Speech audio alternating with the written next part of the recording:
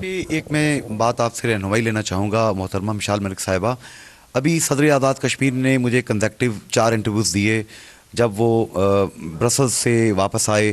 وزیر اعظم راجہ فاروق حیدر خان صاحب کے 3 انٹرویوز موقع ملا.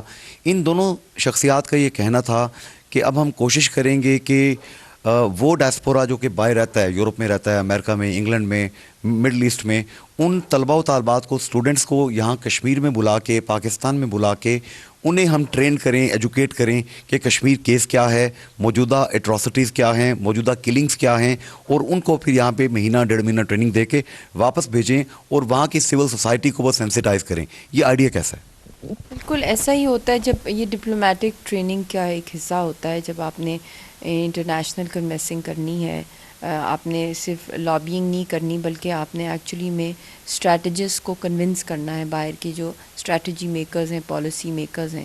تو اس کے اندر اس طرح کی پیسیبل ایکسرسائزز ان کو کہا جاتا ہے، جس کے تھرو آپ کو ڈپلومیٹک سکلز انٹرنیشنل سٹینڈرڈز کے مطابق کس طرح اپنے کیس کو اور اسٹرانگلی پروجیکٹ کیا جائے. اور اس کے ساتھ ہی ایک میں نے پہلے بھی تجویز کچھ مہینے پہلے بھی دی ہے، اور اس پہ میں خود بھی اب کام کر رہی ہوں کہ ایک لائرز کی ایک کمیشن بنائی جائے. لائرز ایکسپرٹس جو ہوں، جن کا کمانڈ ہو انٹرنیشنل لاء کے اوپر، ان کی کمیشن بنائی جائے، اور اس میں وہ پوری فیکٹ فائنڈنگ کریں جو اٹراسٹیز ہو رہی ہیں، جو ہیومن رائٹس وائلیشنز ہو رہی ہیں کشمیر میں.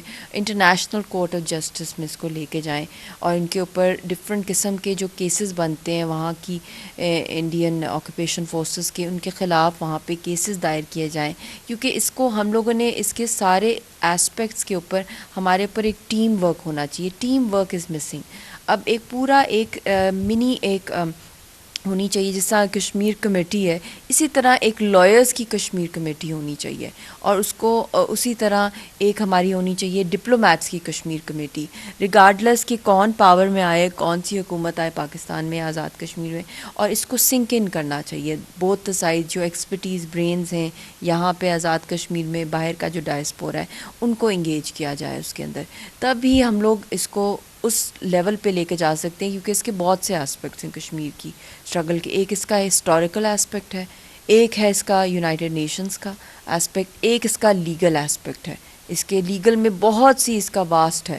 اس پہ بھی میں بہت سے لائرز کے ساتھ میری انٹریکشن ہے، اور بہت جلدی ہم لوگ اس پہ بھی اناؤنسمنٹس کریں گے. اور دوسرا ہے کہ ٹریڈرز، جو بزنس کمیونٹی ہے پاکستان اور آزاد کشمیر کی، اور جو اوورسیز ہمارے اتنے زیادہ بزنس کمیونٹی ہے کشمیریوں کی، ان سب کو ایکٹیو موبلائزیشن کے وہ سپورٹ کریں اپنی موومنٹ کو. کیونکہ موومنٹ بھی کوئی موومنٹ ایسے نہیں چل سکتی ہے. قربانیاں وہ لوگ دے رہے ہیں، مگر اس کی اکنامک سٹیبلٹی بھی چاہیے ہوتی ہے. جب ہندوستان کتنے مہینوں سے وہاں پہ وہاں کی اکانومی کو نقصان پہنچانے کے لیے اکنامک بلاکیٹس کر دیتا ہے، تاکہ وہ اس سفرنگ کی وجہ سے اپنی جو ڈٹرمنیشن ہے، اپنی جو اسٹرگل ہے، اپنا پاتھ ٹو فریڈم ہے، اس کے اندر ان کی حوصلے کم ہو جائے. گزشتہ شب ہی علی رضا سید صاحب نے مجھے نیوز لیٹر اپنا شیئر کیا، اپروول کے لیے ان کے پاس آیا برسلز سے. مجھے وہ پڑھانے لگے کہ یار دیکھو اس میں غلطی تو نہیں ہے کوئی. تو ہم وہ ڈسکس کرتے رہے مختلف چیزیں. اس میں آخری چیپٹر میں انہوں نے بتایا کہ جتنی کشمیری ہینڈی کرافٹس ہیں انہیں وہ یورپ لے کے جا رہے ہیں، اور وہاں پہ انہیں وہ لوگوں کے سامنے ایک تو پیش بھی کریں گے، بتائیں گے کہ کشمیری کتنے پیس لونگ لوگ ہیں اور آرٹ اینڈ کرافٹ سے محبت کرنے والے لوگ ہیں، یہ دہشت گرد نہیں ہیں. اور ساتھ انہوں نے کہا کہ کل خدا جانے میری زندگی ہو نہ ہو، میں چاہتا ہوں کہ یہ جو موومنٹ ہے اگر صدیاں بھی چلتی ہے تو یہ چلتی رہے اپنے پیروں پہ، اکنامکلی اس کو کوئی مسئلہ پیش نہ آئے. تو وہیں پہ میرے ذہن میں سوال پیدا ہوا، میں نے ان سے شیئر کیا کہ 89 سے لے کے اب تک، اور برہان مظفر وانی کی شہادت سے لے کے آن ورڈز 1931 سے لے کے اب تک، widows half widows, orphans half orphans, نہ جانے کیا کیا. تو پوری دنیا میں آباد کشمیری ڈائسپورا جو ہے وہ بچوں کو، فیملیز کو اسپانسر کرنا چاہتا ہے. اس کے لیے ایک ڈیٹا بیس نہیں بننا چاہیے کیا؟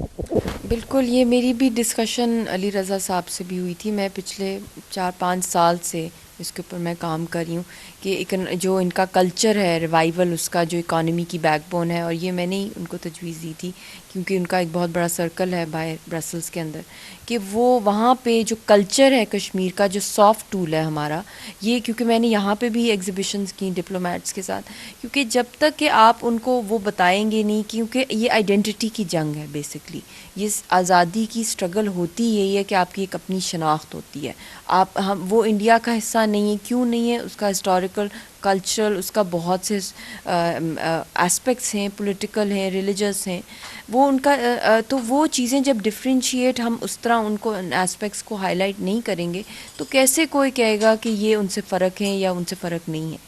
تو بتانا ہے اپنی کوزین ہے ہماری، اپنی پوئٹری ہے، اپنی لینگویج ہے، اپنا ڈریس کوڈ ہے، اپنا کلچر ہے، اتنا ہیریٹیج ہے، یہ چیزیں کس طرح وہ کتنی فاسٹ پیس پہ اسٹیپ بائی اسٹیپ وہ ان کی یہ ختم کر رہے ہیں، ان کی کرافٹ کی، ہینڈی کرافٹ، ہارٹی کلچر کی انڈسٹری. تو یہ وہ چیزیں جن کو جتنا زیادہ ہم انٹرنیشنلائز کریں گے اتنا ہی ایٹ لیسٹ ایک مورال تو ان کا بڑھے گا، مگر یہ ہے کہ ان کی ایک ڈائریکٹ مارکیٹ ایکسیس نہیں ہے. وہ بہت بڑا ایک اسپیکٹ ہے کیونکہ ان کو ایکسپورٹ لائسنس نہیں ہندوستان دیتا.